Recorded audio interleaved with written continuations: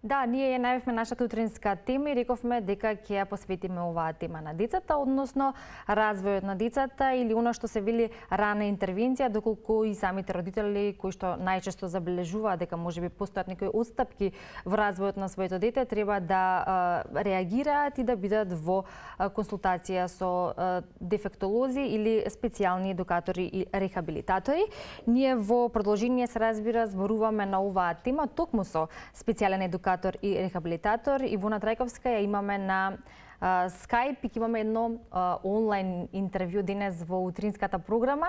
каде што ќе се осврнеме повеќе на оваа тема која е зборува за раната интервенција, а Ивона е од Центарот за психофизичко здравје Гаспар. Ивона, добро утро. Добро утро, Ивана. Ви благодарам на поканата. Драго ми е што ве гледам повторно. И јас ти благодарам што ете денеска одвои време и од твоите оние стандардни работни обврски кои што сепак се поврзани или се однесуваат на децата, но исто така и ова ќе биде еден добар дел во кој што ќе влијаеме и ќе ја пренесеме пораката за оние кои ги интересира оваа тема или пак за оние кои што имаат потреба да слушнат повеќе информации. Раната интервенција е секогаш важна, но ние ќе се осврнеме повеќе на ваквата рана интервенција кога зборуваме за развојот кај децата. Воведно би кажале што е рана интервенција или во контекст на тоа дека секое дете е различно како биолошки така и физички. Ги знаеме оние критериуми или оние точки нормални при растот и развојот на едно дете, но што кога ќе се случи или кога самите родители ќе забележат некоја отстапка, ќе зборуваме во продолжение. Значи, секој дете, како што најавивте, е посебно само по себе, како биолошки, значи така и карактерно, има посебна една биологија која меѓутоа не го одредува конечниот исход на неговиот развој. Начинот на растење и на воспитување на детето го дава всушност конечниот исход. За ова се барало решение уште во 60-тите години на минатиот век, каде што луѓето започнале да бараат решенија како ќе им помогнат на децата кои што се во ризик во предшколска возраст или во рана возраст, кои што имаат било какви оштетувања или отстапки или се во ризик. Во суштина од таму и потекнува самиот концепт на тоа што представува рана интервенција во детството. За почеток јас би сакала најпрво да го дефинирам самиот концепт што е тоа рана интервенција. Постои рана интервенција во детството, за таа, значи, за која што ние дискутираме сега и ќе обрнеме повеќе внимание, и постои рана интервенција по поставување на некоја диагноза, односно постдиагностички. Тоа се подразбира, значи, вака наедноставно, доколку се случи некаква операција на одредено поле, раната интервенција нели помага за олеснување или за подобрување на состојбата. Нас тоа сега што не засега е рана интервенција во детството и што всушност таа представува. Значи, таа се базира, тој представува еден вид на концепт преку методи или вежби или пристапи, како и да го наречете, е еднакво, се насочени кон децата уште од најрана возраст, значи започнува од првите денови, месеци од животот и некаде трае до 6-та или 7-та година од животот на децата. Всушност, децата влегуваат во тие параметри што би се сметале за да може да се диагностицира детето, да се примени раната интервенција во тие години од животот. Значи, се базира на стратегии кои што се применуваат кај децата, кои што се во ризик или кај деца како што е забележено било какво одстапување од календарската возраст, одредени вежби, одредени стратегии за да се подобрат состојбите или да се намалат или нели во најдобар случај целосно елиминирање на истите. Што се однесува до оние први сигнали или да наречеме аларм кој што би требало да даде знак дека можеби кај самото дете постојат одредени отстапки во развојот, што е тоа што најпрво би можело да се забележи, не од аспект на специјален едукатор, нели, туку од аспект на родител кој што веројатно уште од самото раѓање го познава своето дете, а се разбира и делува инстинктивно или чувствува, за да може да ете побара совет. Така, значи на детскиот развој може да влијаат различни причини, како перинатални, постнатални причини, пренатални причини. Значи, всушност има деца што спаѓаат во деца во ризик. Односно, тие се оние деца како што мајката за време на бременоста се соочила со одредени проблеми за време на пораѓањето и веднаш по пораѓањето, деца кои што имаат било какви генетски нарушувања, синдромски, деца кои што имаат некакво оштетување на мозокот, предвремено родени деца и така натака. Значи овие деца велам спаѓаат нели вообичаено во процесот на рани интервенции би требало да се вклучат затоа што тие се деца што се сметаат како дечиња во ризик. Сега, доколку значи постојат деца кои што немаат никакви проблеми, зборам во текот на раѓањето, бременоста поминала нормално, после раѓањето, значи се си поминало во најдобар ред, се си е во ред, меѓутоа родителите забележуваат одредени отстапки, поготово ова се случува кога веќе имало претходна бременост, значи кога детето има братче или сестричка, родителите ја прават онаа споредба меѓу децата, нели детето на 9 месеци правело ова сега не прави, зашто е тоа така? И тие дечиња, значи кога немаме никаков ризик индикатор, а родителите забележуваат одредена промена или отстапка или дури тоа е да ситница, јас би препорачала дека треба да дојдат на преглед, значи да ги видиме, еве јас како дефектолог и другите колеги што се од мултидисциплинарниот тим, да го направиме прегледот затоа што вообичаено, еве јас барем од моето искуство до сегашно се соочувам со тоа дека родителите во 80% од случаите на сомнеш што го јавуваат се во право, значи постојат некако вид на отстапување и би требало значи да се обрне повеќе внимание на тоа. Всушност во ние првите моменти на забележување дека нешто не е во ред, дека детето не прави одредени работи, дека дури да е најминимално не треба да се вели ќе порасне, ќе го надмине, затоа што тоа е погрешен пристап, барем според мене. Сметам дека треба да се побара стручна помош и да се дојде на преглед, а потоа ние нели понатака ќе видиме како стојат работите. Да, значи во од она кое што го спомена, може да кажеме вака, доколку има повеќе дечиња во семејството, еве и две дечиња доколку се, да не се прави споредба, бидејќи секое дете различно реагира на одредени работи, но и порано или подоцна ќе го направи тоа кое што треба да го направи е соодветно за неговата возраст. Од една страна не треба да се крива паника без причина, а од друга страна она кое што и ти го спомена сега е дека всушност треба доколку пак родителите забележат нешто и тоа навистина им отскокнува, треба да реагираат навремено, бидејќи тука е моментот на раната интервенција, доколку рано се интервенира за да се забележи или да се лоцира, дијагностицира доколку има одреден проблем, а понатака да се пристапи кон соодветен третман. Го спомена мултидисциплинарниот тим и работата на мултидисциплинарниот тим. Би продолжиле со тоа што всушност представува цел тој процес на работа доколку се забележи ваков проблем и кои се оние точки или концепт на работа по кој што се води овој тим? Така, вака најпрво би сакала да дефинирам што значи самиот збор мултидисциплинарен тим, што всушност представува. Значи мултидисциплинарниот тим всушност го сочинуваат тим од различни професии кои што навидум се различни, меѓутоа се премногу слични. Значи како невролог, психолог, психијатар, ортопед, специјален едукатор и рехабилитатор, логопед, педагог. Сите овие различни професии би требало да работат заедно кога станува збор рани интервенции и детекција кај одредено детенце, затоа што сите ние како терапевти различно го согледуваме детето од различен аспект. Всушност тоа што јас го гледам како дефектолог, не го гледам на пример педијатарот и така натака, затоа би требало сите овие терапевти, доктори да ги наречам, да работат заедно за да се направи нели подобра дијагностика и да се помогне што е можно повеќе. Значи, според Европската асоциација на детската рана интервенција или на раното детство, еден мултидисциплинарен тим би требало да се води според 4 точки. Првата е детекција или откривање, што всушност представува оној прв момент на забележување дека нешто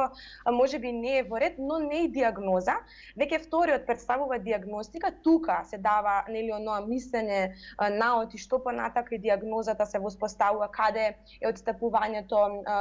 до каде нели колкава е тежината.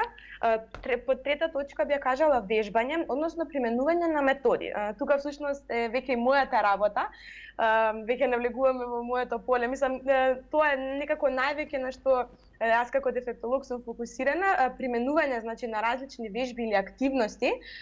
кон детето и неговата околина за подобрување на начинот на тешкотиите и нивно целосно отфрлање во најдобар случај. И четвртата точка насочување. Ова е еден многу важен елемент каде што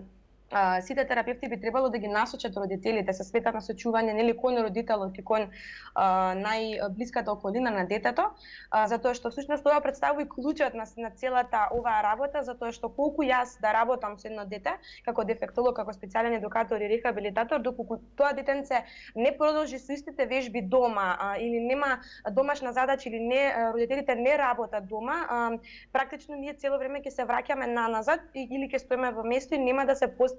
да се забележи некаков напредок зголемен. Затоа јас еве вака би го насочила ова како една од најважните точки, советувањето на родителите, давањето задачи за дома, објаснување на состојбата на детето, што може да очекуваат, до каде се очекувањата, нели, и најважно, нели, работата дома. Што значи дека покрај работата на мултидисциплинарниот тим со детето, таа работа или советите кои што ги дава тимот на родителите за тоа дека треба оваа иста работа да продолжи практично константно со работата на тимот за да може да има позитивни ефекти или резултат во работата.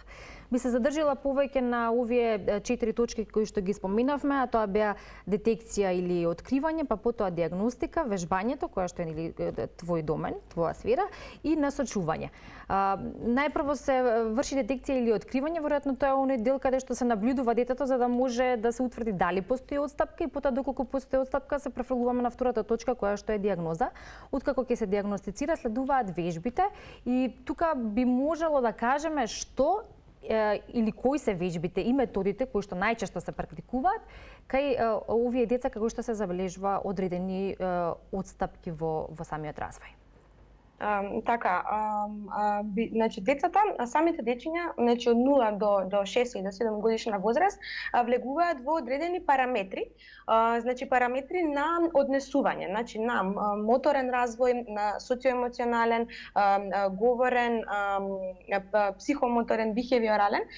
Значи постојат параметри според кои ние како терапевти се водиме за тоа што едно дете би требало да прави, на пример еве на 3 до 6 месеци што би требало тоа дете да постигне. Сега, на пример, доколку забележиме дека детето еве на пример ќе дадеме на пример свртено на грб, не може да се врати назад лесно или не се врти самото или не ја држи главата се уште самостојно и цврсто, тука веќе детектираме проблем на кој што ние со методи, со вежби при стимулирање на моториката, на фината, на грубата моторика, при стимулирање значи на емоционалниот развој така натака доведуваме до тоа да овие проблеми се надминат. Значи станува збор за методи и за вежби, значи од еве значи масажа на грбот, стимулација сензорно на ноџињата доколку нели имаме проблеми при одење, при газење или сензорни проблеми, до учење на бој, до учење на форми, до разликување на бој, разликување на форми, препознавање на емоции, разликување на емоциите која всушност што представува ориентација во простори, во време, свесност за себе, свесност за тоа што е на моето тело, зашто јас ова го имам, која е улогата на тоа. Нели на пример зашто ни служи носето кога ќе прашам и веднаш одма се фаќаат за носе и размислуваат. Всушност тоа е нели на еден начин будење на детето и доведување до детето значи во една свесна состојба, повеќе од свесна состојба, нели за самото себе и за тоа што се случува во околината. Што се однесува до отстапките кои што може да се појават и до работата која што се практикува или се препорачува, представува одреден третман, да кажеме, или некој вид на терапија во однос на и кога зборуваме за раната интервенција, но и пристапување на тој да го кажеме проблем кој што очигледно постои решение. Кои се најчестите отстапки во развојот на детето за кои што ваквиот пристап дава позитивни резултати? Па вака, нели освен оние што ги набројавме претходно како ризик фактори што се сметаат нели како веќе индикации нели вообичаени, обично родителите кога се обраќаат на преглед, најчесто јас до сега што се сретнувам е тоа што забележуваат дека детето не се врти на своето име, односно на довикување на името воопшто не се одзива, на наредба не извршува наредба, нели на јаки звуци, на промена на звуци, детето веќе престанува да реагира или станува помалку реактивно од тоа како што би било претходно. Се врзува кон одредени предмети, нели не донесува одредени предмети, не ги прави оние одредени фази, на пример дечиња што веќе не зборуваат, нели тоа е еден вид на не еден вид, туку тоа е всушност проблемот, нели највеќе исто за кој што се јавуваат родителите. Меѓутоа не ги имаат оние фази нели на гугање, бабелинг фаза и сите тие последователни фази што би требало нели да ги прави детето пред да почне да зборува, пред нели говорот да се појави, не појавување на ниеден збор, нели слаба моторика, слаба фина моторика, неразликување на одредени работи. Најчесто до сега, значи во досегашното искуство највеќе се сретнувам со овие нели работи што родителите доаѓаат и ми ги кажуваат како проблем, нели кога ги прашам зашто доаѓате на дефектолог, која е причината, ова се некои од причините што родителите ми ги кажуваат дека ги забележуваат и дека нели би сакале да видат зашто станува збор и дали е тоа така или дали не. Што се однесува временски, за тоа колку време или колка ви треба да бидат посетите кај дефектолог и да има ваква работа со тимот за кој што зборувавме, постои ли некој оптимален период за посета, за работа со детето до гледање на првите позитивни резултати? Значи временски јас не би можела да одредам, верувам дека тој никој не би можел да го направи, нели колку би му било потребно. Тоа е индивидуално, да, затоа што ние во центарот се базираме на индивидуален пристап. Всушност, значи секој дете го гледаме како индивиду и креираме за него посебен пристап во согласно со неговите потреби или потешкоти кои што самото детенце ги има. Временски не се осврнуваме на тоа колку време е потребно, затоа што поважно е квалитетот, нели не квантитетот, затоа што подобро е да поминеме повеќе време со детето и повеќе пати да се гледаме неделно, затоа што квалитетот тука се зголемува. Со самите наши средби почесто се зголемува интензитетот на работа, се зголемуваат вежбите, поголем број на вежби и самото дете повеќе се навикнува и се стимулира нели на работа. Временски не би можела да ви кажам значи колку треба, затоа што тоа никој не го знае, тоа е во зависност од детето и од колку детето значи од самата негова состојба, колку самото детенце ќе биде реактивно на вежбите, колку ќе реагира во однос на сите тие работи што ги работиме со него и како брзо ќе ги прифати работите, нели самото работење дома, колку тоа се работи дома, колку се обрнува внимание, изложеноста на технологија, нели која што треба да е минимална или никаква воопшто. И така, тие се некои од вака како временска рамка, но не временска рамка која што би можела да ја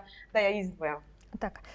Ивона, ние зборуваме за раната интервенција, односно предностите на раната интервенција и работата и на крај позитивните резултати. Но што кога имаме доцна реакција или задоцната реакција и кои се можните последици? Вака, јас никогаш и како терапевт, како човек пред тоа да сум терапевт, никогаш не сакам да се потпирам на негативните, значи на негативниот исход. Секогаш како човек сакам да гледам позитивно на работите и секогаш се водам според тоа дека какви ти се мислите, таков ти е животот, нели? Па така тоа го пренесувам и во мојата терапевтска работа како дефектолог. Сметам дека не би требало да се гледа веднаш негативно на тоа или дека е доцна. Да, постојат бенефици од тоа да се започне нели порано и до 7-та година, нормално, всушност на тоа и се базира раната интервенција која што нели сега ја разговараме, меѓутоа кога и да се започне е важно да се започне, да не се остава тоа така вечно, значи децата веќе да се возрастни, да се големи па да се бара помош, значи кога и да се започне, да, подобро е да се започне порано, заради едноставно полесно, заради поголема модификација на работите, полесна модификација, полесно да се прилагодиме на работите, меѓутоа јас лично сметам дека подобро е да се започне некогаш отколку никогаш, така што не би сакала да ги карактеризирам оние, знаете, како негативен исход или сега да ги плашам родителите, затоа што не се базирам на тоа, затоа што сметам дека ако навистина се посветиме кон нешто и кон некаква тематика или проблем, евентуално дури да не се реши тој проблем ќе се минимализира на најдобар случај, така што ете една позитива од мене денес утрински понеделник, да не се плаша до толку, значи не е ништо толку премногу страшно, да побараат помош, макар и да сметаат дека е касно или некој да им каже дека е касно, не е касно. Ќе направиме се што можеме, ќе работиме и ќе се трудиме колку што можеме заедно, со заедни сили, нели да ја подобриме состојбата или ситуацијата. Да. Лично ми се допаѓа овој позитивен став и исто така лично сметам дека ваков позитивен став треба да имаат сите оние кои што работат исклучиво со деца, а што се однесува до тоа дека за се постои решение и дека треба навистина позитивно да гледаме на секоја ситуација или предизвик во животот, тоа е апсолутно така и верувам дека ќе се согласат сите наши гледачи. Се приближуваме кон крајот на нашиот разговор. Оние кои што не се редовни гледачи и кои што не следат од самиот почеток на нашиот утрински концепт или на утринската програма на Телма, знаат дека во едно од минатите изданија ние всушност зборувавме за влијанието на технолошкиот развој, но и на социјалните мрежи врз децата. Јас само ќе го искористам тоа во контекст на онаа наша денешна тема и за оние отстапки во развојот кои што може да се појават во кратки црти и во нас за самото влијание на технолошкиот развој и социјалните мрежи на оние деца, да се разбира, кои што се малку поголеми, не се бебиња, и кои што имаат можеби пристап до интернет или до мобилни телефони, колку би можело тоа да влие, еден краток совет на крај. Така, значи јас напоменав нели во претходното наше гостување дека од до 3 години децата не би требало воопшто никако да бидат пред технологија, пред медиуми, пред телефони. Веќе од 4 години па нагоре ја исто не би препорачала да се биде кон технологија, меѓутоа нели сега не можеме целосно да го забраниме тоа влијание, затоа што живееме во време каде што нели модерно и се технологијата ни е достапна буквално на секој можен чекор. Веќе доколку нели има некаква изложеност на технологија кон оние дечиња што се нели постари, јас би советувала значи тоа да се едукативни емисии на македонски јазик највеќе, значи да не се цртани со насилство, да не се некои премногу од видеоигри или слични некои работи. Сега веќе не знам децата што толку гледаат, знам некои моменти, меѓутоа не ги знам сите, не ми ги кажуваат одредени дечиња на работа. Така што би советувала веќе нели доколку се даваат телефони, се даваат социјални мрежи, да се ограничи пристапот, односно на родителска контрола, значи тука да биде позголемена, односно значи да се пуштаат емисии на македонски јазик за да нели да се развива говорот, едукативни емисии каде што се учи нешто и така натака. Рековте совет. Благодарам за твоето денешно гостување. Ние се приближуваме кон терминот за вести, се разбира, во 8:30 на Телма.